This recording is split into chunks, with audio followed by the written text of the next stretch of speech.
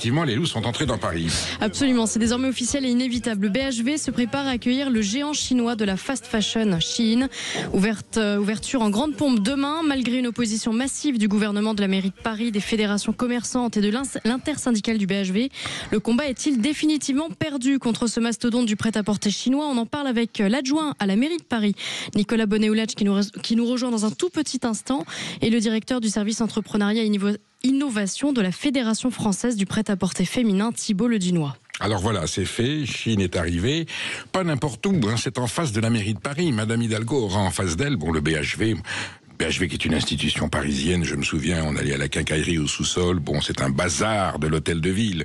Un bazar, ça veut tout dire, c'est un endroit populaire, et aujourd'hui, c'est un site où le symbole, j'allais dire, de la mauvaise mondialisation va s'installer pour proposer des produits extrêmement contestés. Shein s'installe donc en France, à Paris, avec une grande affiche gigantesque présentant Frédéric Merlin, PDG du BHV, et Quist Huang, qui est le patron de Shein, proclamant leur joie, leur bonheur. Voilà, ils disent d'ailleurs, fallait-il publier cette affiche. La symbolique est terrifiante, parce que on est quand même prévenu.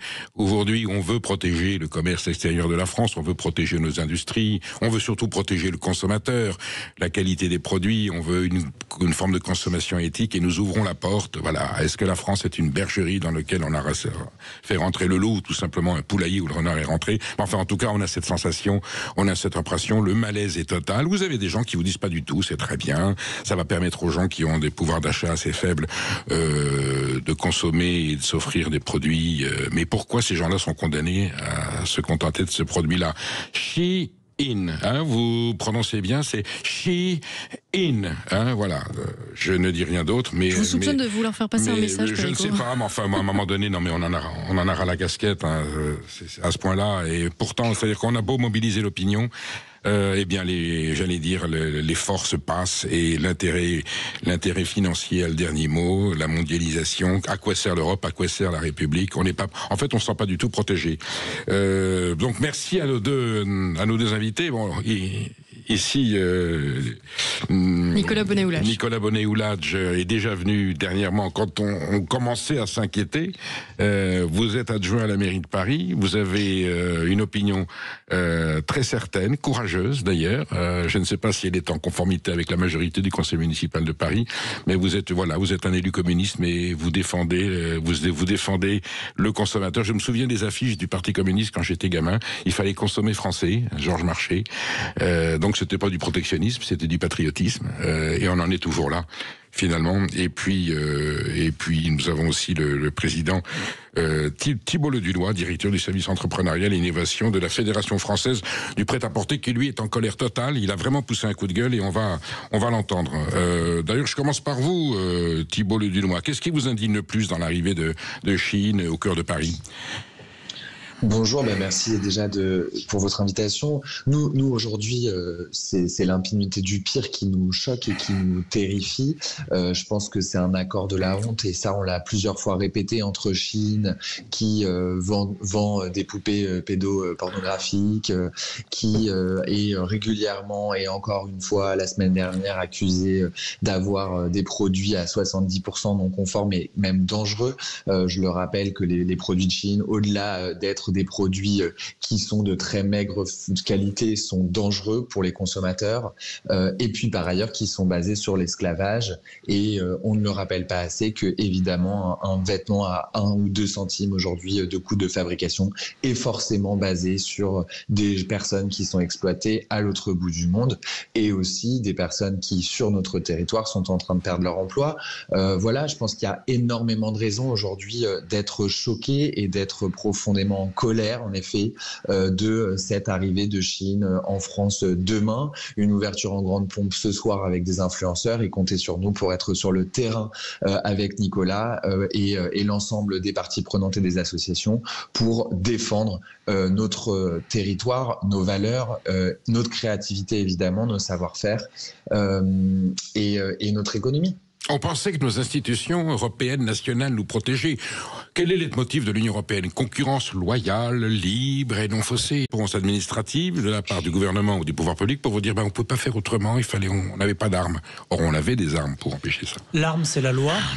La loi, elle a été présentée d'ailleurs, la fédération du prêt-à-porter féminin que représente Thibault a beaucoup agi pour cette loi contre l'ultra fashion. Malheureusement, cette loi, elle est dans un moment où il y a une instabilité politique et on n'a pas d'assemblée qui dirige ce pays. Donc, il faut légiférer. Il faut légiférer, ce que, d'ailleurs, j'ai entendu le ministre de l'économie. Alors, Roland Lescure s'est fâché quand il a vu que les poupées avaient un caractère pédosexuel. Il a menacé d'interdire l'accès au site. C'est pas l'accès, c'est l'accès au site. On a une direction de la répression des fraudes qui est intervenue déjà. La DGCCRF. Voilà, qui est intervenue avant de dénoncer cette affaire des poupées à caractère pédocriminel, qui est très grave. Vraiment, là, on a franchi un cap. On trouve le fond. D'ailleurs, les associations de protection des mineurs se sont mobilisées de suite. Les féministes aussi. D'ailleurs, Shein s'adresse d'abord aux femmes. Shein, ça veut dire elle est dedans. Et quand on s'adresse aux femmes et qu'on véhicule une telle image... En anglais, voilà, Shein. Voilà, alors, ça veut dire être à la mode, on va dire. Et consonance phonétique avec le mot Shein. Quand on s'adresse aux femmes et qu'on vend des poupées à caractère pédocriminel pour des hommes, il y a de quoi s'interroger sur la société. Donc, d'ailleurs, M. Merlin dit lui-même qu'il s'est interrogé, mais en fait, il continue sa pub, il s'affiche sur son magasin avec le président de Shein. Une grosse provocation. Et moi, ce que je voudrais dire, c'est qu'on a des armes qui existent. La répression des fraudes peut très bien, dès demain, aller contrôler ce qui est vendu et dire si M. Merlin nous dit la vérité quand il dit oui, ça respecte les normes environnementales et sociales, ce qu'on ne croit pas.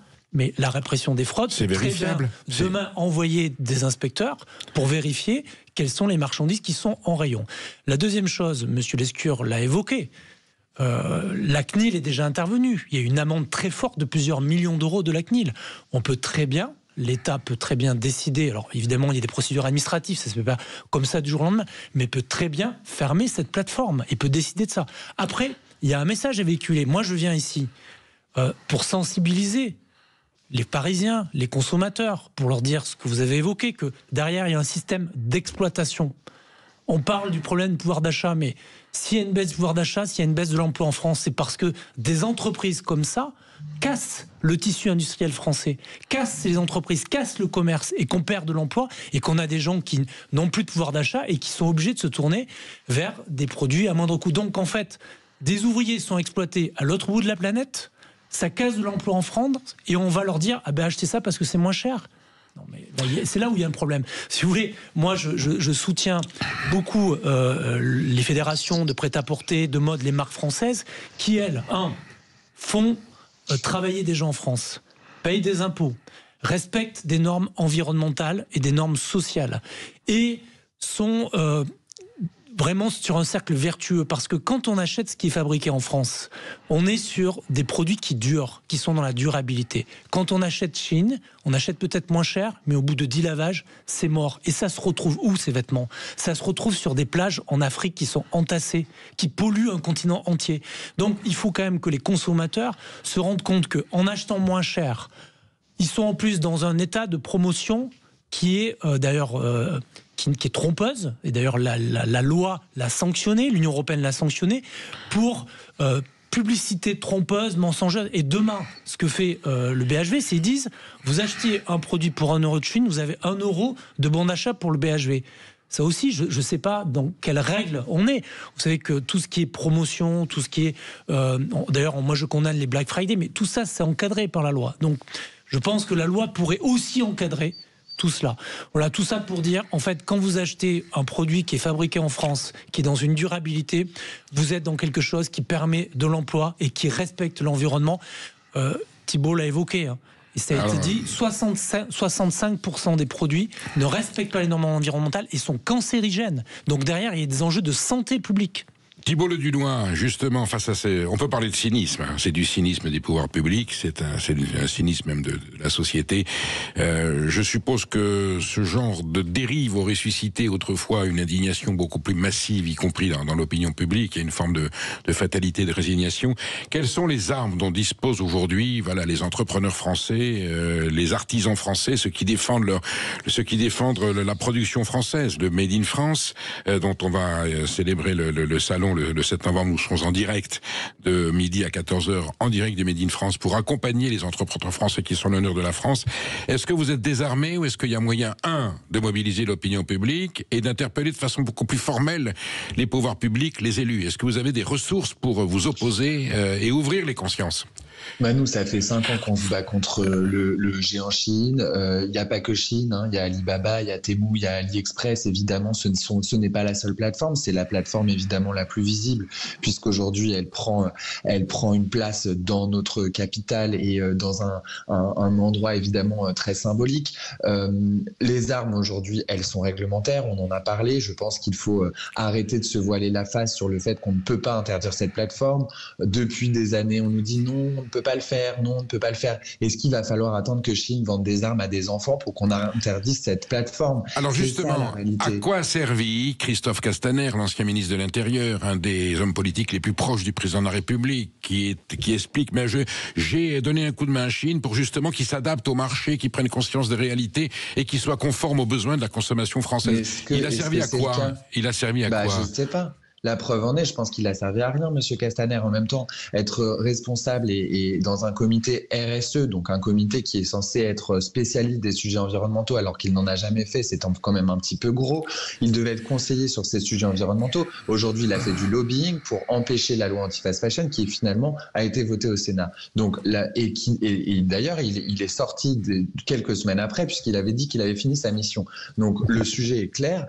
Monsieur Castaner a fait du conseil pour essayer de faciliter la tâche à Chine pour venir sur le marché français. Il dit qu'il doit les aider à s'adapter au marché français. Chine enchaîne les scandales. Et donc, en effet, aujourd'hui, nous, on est là et je pense qu'on occupe l'espace médiatique depuis quelques jours et on continuera de le faire pour dire aux Françaises et aux Français, réveillez-vous. Je sais qu'aujourd'hui, la propagande de Chine sur le fait que la mode est un droit est forcément très sensationnelle. Je pense que tout un chacun se dit, mais oui, c'est vrai, pourquoi moi je ne peux pas acheter, pourquoi je ne peux pas acheter pas cher, pourquoi je m'en priverais. Mais en fait, le sujet, c'est quelle société on veut. Est-ce qu'on veut être tous au chômage dans quelques dizaines d'années parce qu'on aura ouvert les portes de notre marché, les portes de notre pays à des grands acteurs? L'alerte est lancée, le message est reçu. Merci messieurs, Nicolas Bonnet-Oulad et Thibault Ledunois d'être là. Ne doutez de rien, on sera là très présent sur ce dossier parce que je pense qu'il y aura des rebondissements.